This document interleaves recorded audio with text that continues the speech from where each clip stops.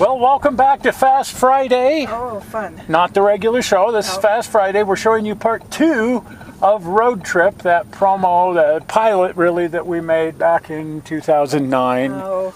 And this week we're showing you how to drive the Miller course, the East Track at the Miller Motorsports Park, with a professional driver teaching you how to do that. It's a lot of fun. So check this out, part 2 of Road Trip.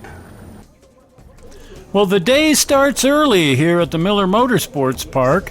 Today is Tune Day, the day when all of the competitors who will be running in tomorrow's time attack race have the opportunity to go out on the track and see how their car behaves on this track, to make any last-minute adjustments to their suspension or engine to improve performance. It's important to understand how a time attack race works. In this case, the racers are not racing against each other, but against the clock and, well, against the track itself, really. A sensor is mounted right on the front of the car, and this sensor can be picked up by telemetry built in the track at the start-finish line. And this records the lap time. The cars are started in about 10 to 15 second intervals to keep them spread out on the track. The best possible strategy for the drivers is to stay focused on turning in the best possible lap time and not worry about the other cars on the track.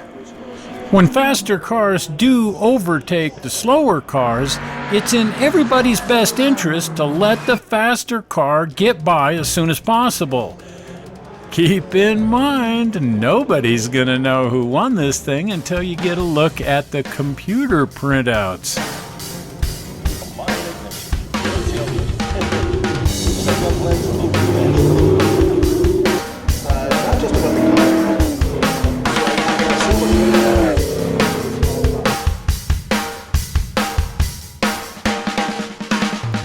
Well, as it turns out, we're already finding a few basic issues. Now, BDX7 here has a braking problem, possibly a warped rotor. There's a strange pulsation when you brake.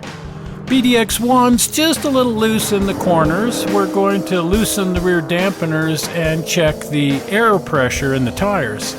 But BDX5 is the car that's got the real problems. It's understeering so badly that you can't add any power at all in the turns. A new rear wing and a front splitter were installed on this car before the race, and these are undoubtedly somehow responsible for these handling problems. There needs to be some major adjustments to the angle of these two wings and possibly to the tire air pressure and that sort of thing. Back in the garage, it turns out the BDX7 does not have a warped rotor. It has a cracked rotor. In fact, both of the rear rotors are destroyed. Does not look like Eric's very happy about it. Fortunately, we have Chris Stout, crew chief and mechanic extraordinaire. We were also able to bag some brake parts from the Miller people who keep a bunch of spare parts here at the track. Now on BDX5, you might be asking yourself, how does adding a wing give the tires less bite? Well, look how big this wing is. This particular wing can generate over 1,000 pounds of downforce, and it's mounted well behind the rear wheels. And that can create an upforce on the front wheels. Now Glenn has also added a front splitter, but unless the angle is exactly right on these two wings, it's not going to create a balanced downforce on all 4 tires. We skipped all the executive level meetings, and Chris and Alan just came up with a bunch of settings that they thought would work, and then we tested that on the track. Well, a few adjustment sessions later, and some adjustments to the tire pressure and so on, and we were able to trim 7.5 seconds off our best time. Now that's pretty good. You know, a few more minor tweaks here and there, and it looks like the Jolly Roger's got something to really smile about. We are very lucky to have both Alan and Chris around to help sort these things out. And Alan's pretty good at sweet-talking sponsors, too. This little conversation with Doug Brown from BF Goodrich got us help with mounting and balancing our tires. To say that time attack racing is so competitive, the pits are anything but competitive. Everybody sort of drifts around and visits each other. It's actually very friendly. Now here's something pretty fun. This is a Nissan Skyline. This is the new supercar with the Japanese Cobra that's been tearing up the tracks in Japan. It's not available here in the United States, but it will soon be out as the GTR. This thing is incredibly well balanced, highly computerized, massive horsepower. This particular car belongs to Cobb Tuning. Now you see Cobb turning up at a lot of the events around the country, but I was pretty surprised to find out their base of operation is right here at the Miller Motorsports Park.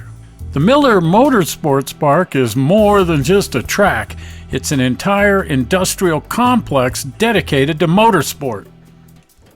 The Miller Motorsports Park also has professional level go-kart tracks, super moto track, and an entire motocross facility.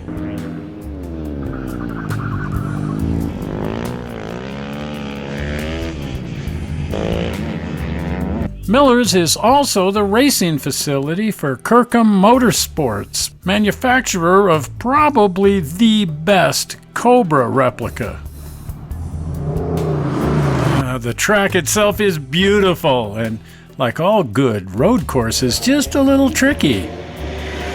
But if you want to find out how to drive a track, turn the keys over to Alan.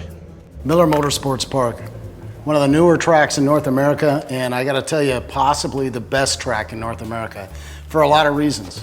If you look at this place, it's over 4.5 miles long. There's a million corners, all sorts of kinds of corners. We drove on the East track running time attack with GT Live. So what I'm gonna do is explain the East track. I'm gonna explain this from the point of view of one of our BDX Mustangs, a little over 400 horsepower, 355 gears, and about 3,400 pounds. You'll come flying down this front straight in fourth gear, around start finish, you'll hit fourth and get a little bit over 120 miles an hour. There's two entrances to turn one. One, it's the most obvious passing area on the track. One area is to go inside and do a double apex here, apexing here, and apexing here. But we're gonna focus on a time attack, fast qualifying type lap. So what we're gonna do is we're gonna enter about 2/3 of the way out, trail brake in. You'll be going down to third in the middle of this, and then what we found is if you go down to second, get some bite because this corner here turns to an off-camber corner, leaning the wrong way, and it wants to suck you into this little space of white here. And if you do not get the car rotated, you're not gonna be able to get on the throttle, and it's important because this whole area is a drag race. So second gear to help the car rotate with a little throttle steer, come second, third, and fourth. Rotate your head to the right, look at this apex, and this is a big arc. You're gonna come in here, catch fourth, and our car's about right here. Let the car drift out, but not too far because there's a sequence coming up, and if you let the car exit all the way, it's gonna mess up your next couple of corners. So let the car get through here, full throttle, straight line brake to your turn-in point, which is about here. The minute you get the car to rotate, now this is a third gear corner, you're gonna roll on the throttle pretty aggressively, clip this and out, and make this a big arc to a straight line braking area to do a rotation here. When you're driving this track, this may look like just a kink, but I gotta tell you, it feels like a 90-degree corner. Here, you're gonna decelerate, go down a gear, rotate to a very late apex, and run all the way to the runnable strips on the outside. Again, rotate your head to the right, look for your apex line, and the minute you get to about here, you're aggressively rolling on the throttle, not stomping, rolling on the throttle, let it run to the outside rumble strips here. This is a really, really fun sequence. You have a heavy straight line braking area here. And what I found in our fairly heavy Mustangs is I treat these two corners, agony and ecstasy, as actually one corner. Basically, you'll come out, and because you'll arc so far out, you'll actually make it one big radius. That'll allow you to carry speed at this point, and that's important because you have another straightaway. This straightaway, you come all the way to the outside, run through the rumble strips, you'll be deep in fourth gear, over 100 miles an hour, do a downshift to what I think is the funnest part of this course. You have probably a 10 or 12 foot drop through this sequence, and this is a nice rhythm section. This track doesn't have a lot of rhythm in a couple sections, but this is one that it does. The car gets unsprung. You've got usable rumble strips. There's some yellow posts on the inside, and I can tell you that you're gonna get about that far away from them. You turn in here and you run as far inside as you can, and right here, you're gonna hold your apex a little bit. Give up a little bit here so you can have a lot more here. Hold your apex, rotate your head to the right, look at your point here, and from right here, you're rolling the throttle down and you're dropping downhill, so the car will pick up speed quick. There's a little bit of a rumble strip here, and I can tell you it's a lot faster than you think. It may take several laps to build speed here. This is fourth gear down here, straight line braking, and this is a rotation here. This is third gear. Your full throttle, actually right after you turn in, you're gonna be driving through this apex. It's not get on the throttle at the apex, it's be on full throttle through this apex when you go through this straight. This may look like a bit of a bend. This is really a straight all the way back down. Decelerate down, drop to third gear, turn in, full throttle. See how much room you have here? It's not setting another left turn up. You're setting up and you have a straightaway. So you can run the whole place out, make a big arc to your turn in. In our cars, this is one of those corners where you could use two different gears. You could use second, kind of rev the car out a lot, or you could use third if you're trying to be a little bit more gentle. I use second for time attack, which is only a 3-lap, turn in through here, catch third, and then right back here, this is a corner that very much reminds me of a kind of a famous corner in Southern California, Streets of Willow, called the Bowl Corner.